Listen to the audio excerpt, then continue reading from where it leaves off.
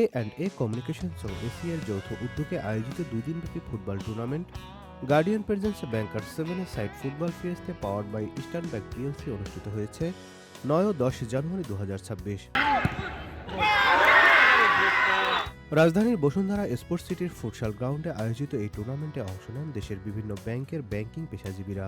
Spirit of স্পোর্টসের অংশ হিসেবে আয়োজিত এই টুর্নামেন্টে মোট 12টি ব্যাংক অংশগ্রহণ করে। অংশগ্রহণকারী ব্যাংকগুলো হলো Citizen Bank PLC, City Bank PLC, Community Bank PLC, Eastern Bank PLC, HSBC, মেঘনা Bank PLC, Mutual Trust Bank PLC, NRB Bank PLC, Pubali Bank PLC, Shimanto Bank PLC, South East Bank PLC এবং United Commercial Bank PLC. অধিক অংশগ্রহণ ও প্রতিযোগিতার স্বীকৃতি নিশ্চিত করতে টুর্নামেন্টটি cup, plate ও বল এই 3টি বিভাগে আয়োজন করা হয়। আয়োজকদের মতে ব্যাংকার 7 সাইড ফুটবল ফিয়েস্তে শুধুমাত্র একটি ক্রীড়া প্রতিযোগিতা নয়, বরং শারীরিক সুস্থতা বজায় রাখা, মানসিক চাপ লাঘব এবং আন্তঃব্যাংক নেটওয়ার্কিংয়ের মাধ্যমে ব্যাংকিং খাতের পেশাজীবীদের মধ্যে পারস্পরিক সম্পর্ক দৃঢ় করা এই আয়োজনের মূল লক্ষ্য। পুরস্কার বিতরণী অনুষ্ঠানে প্রধান অতিথি হিসেবে উপস্থিত ছিলেন ইস্টার্ন ব্যাংক পিএলসি এর ব্যবস্থাপনা পরিচালক ও প্রধান নির্বাহী কর্মকর্তা আলী রেজা ইখতিয়ার।